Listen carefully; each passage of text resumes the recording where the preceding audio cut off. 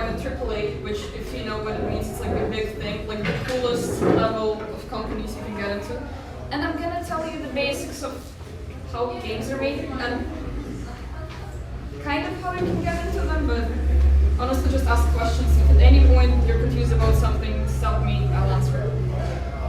First of all, a lot of people have a lot of misconceptions about the game industry, and a lot of people are trying to get into it, especially with the Web3 cryptocurrencies, and assuming that now we can just combine it all very fast, very easy. This is not exactly true. I'm gonna get back to it in a second. But no, god damn it. This eats me. Happens every time. First of all, does anybody play anything? Like, nice. What? Of course. What do you play? What do you like? What do I play? Yeah, what games? Just I name play a many title. games. I play Call of Duty, God of War, anything. It's Star Citizen. Actually, nice, classic. Dota. League of Legends. Don't say Dota. 12 years, lost it. Sorry. Okay. One of the reasons this presentation even came to be is that you probably saw in early September, a bunch of people leaked GTA 6 screenshots, and a bunch of people started explaining like, oh, I know how it works. It definitely, like, it kind of looked like shit. Also, I'm sorry, I'm jumping from one point to another. Funny memes. Game development makes you tired. That's it. But yes, that's the thing I was talking about. This was the screenshot that got leaked, and people were like, oh my god, it looks like trash. Why does it look like the GTA 5 game if you took like 4 years to make a new one? Because there is, oh god. Yeah, because there is a fuck ton of people involved. It is an extremely long process, and a lot of things don't look final literally till the last week of production. For example, this is a huge game,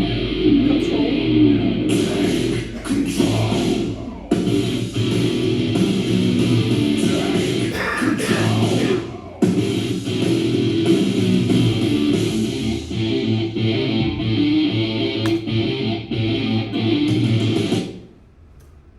You get the idea. It's basically all boxes and shit, and then this is how it looked closer, like literally a year later.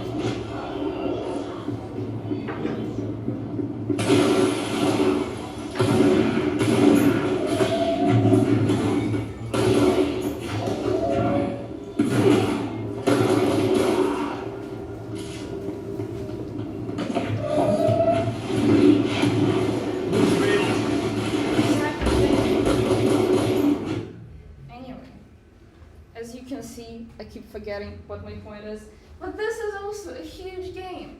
Like, a year in development. Can you guess what it ended up being? Minecraft. Roblox. It is Sea of Thieves. And this is how it looked like literally 2 years after. Fantastic. Because, yes, thank you. So, what happens in the very beginning when it all looks like shit is usually just like 10, in a big game like that, it's like 10 to 15 designers sitting down and being like, hey, how can we make this fun? And sometimes it can be like blocks just floating in the screen. Sometimes it's literally board games.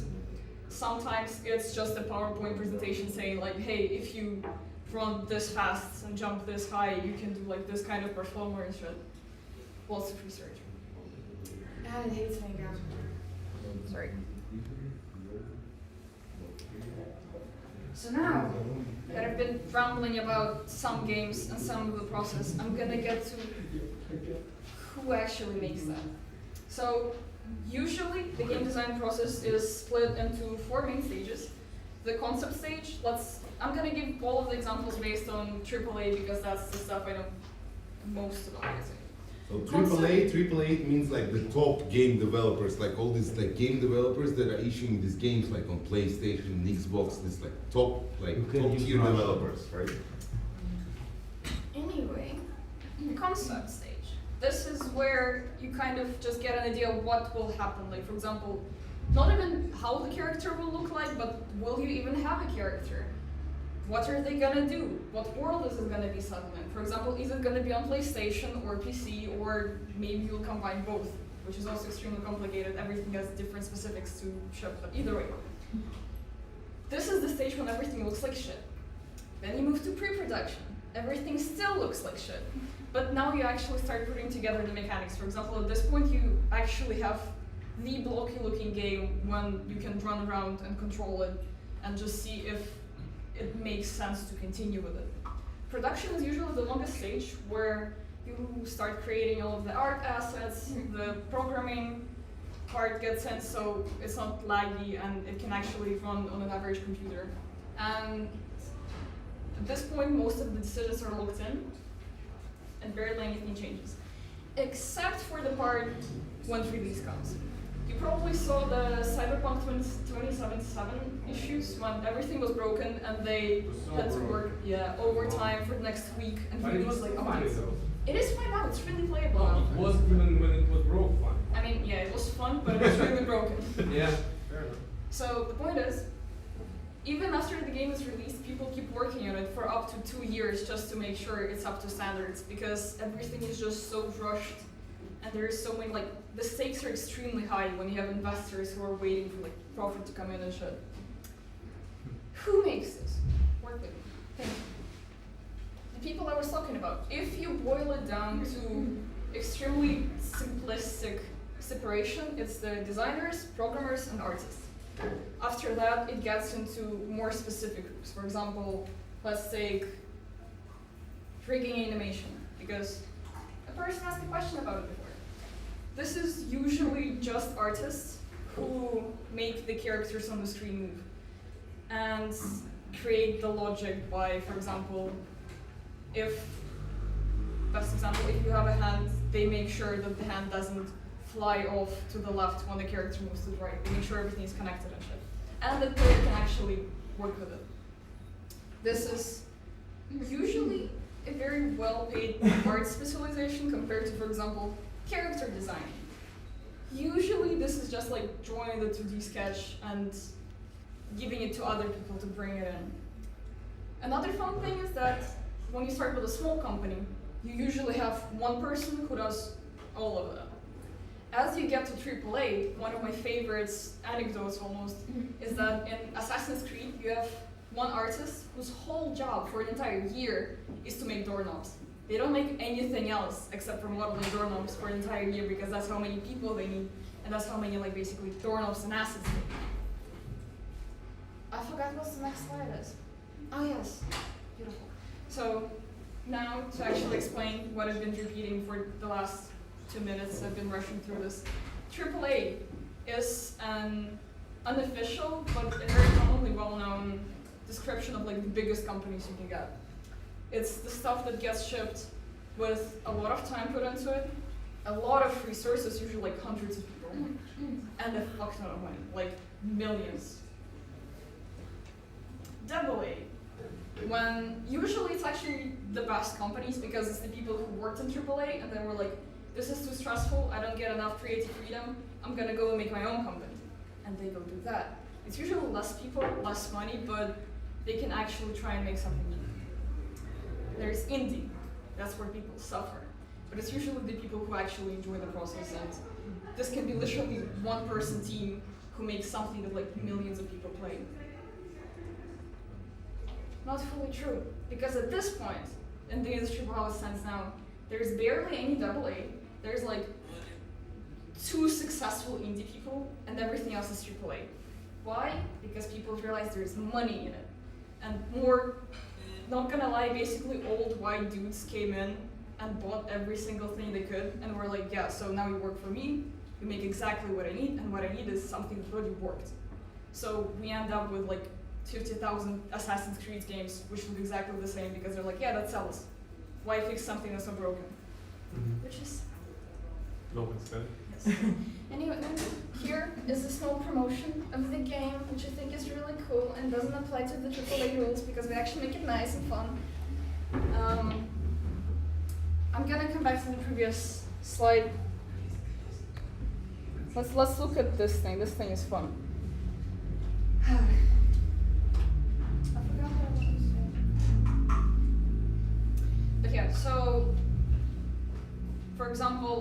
say Witcher. This was one of the games that blew up almost out of nowhere. They started as a small company in Poland who did make a few Witcher games before that, but they never got the traction that Witcher 3 got. They won, I think it still keeps winning awards up to this day, and it's been released like 5 years ago or something. And the point I wanted to get to, which I cannot get to, is that everybody just wants to start in AAA, especially as you want to introduce crypto and Web3 into it, and it just doesn't work. Because people who sit there don't want to take any risks.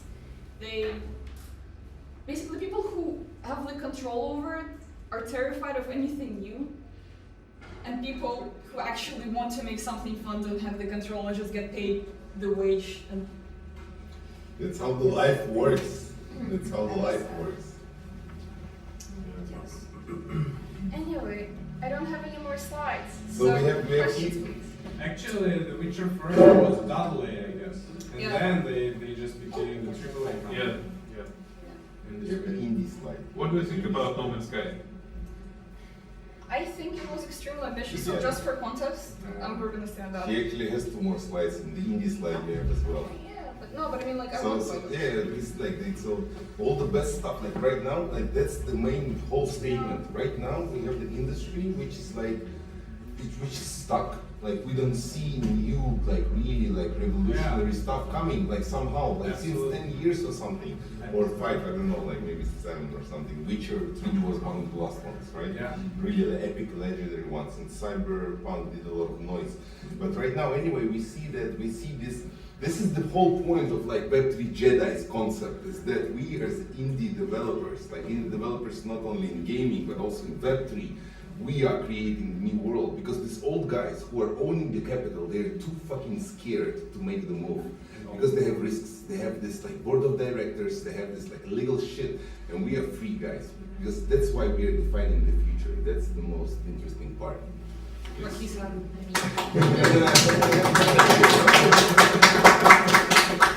Time is on our side, guys, because we are young. We are young and they are old. We are building the future. The future belongs to us. It's not like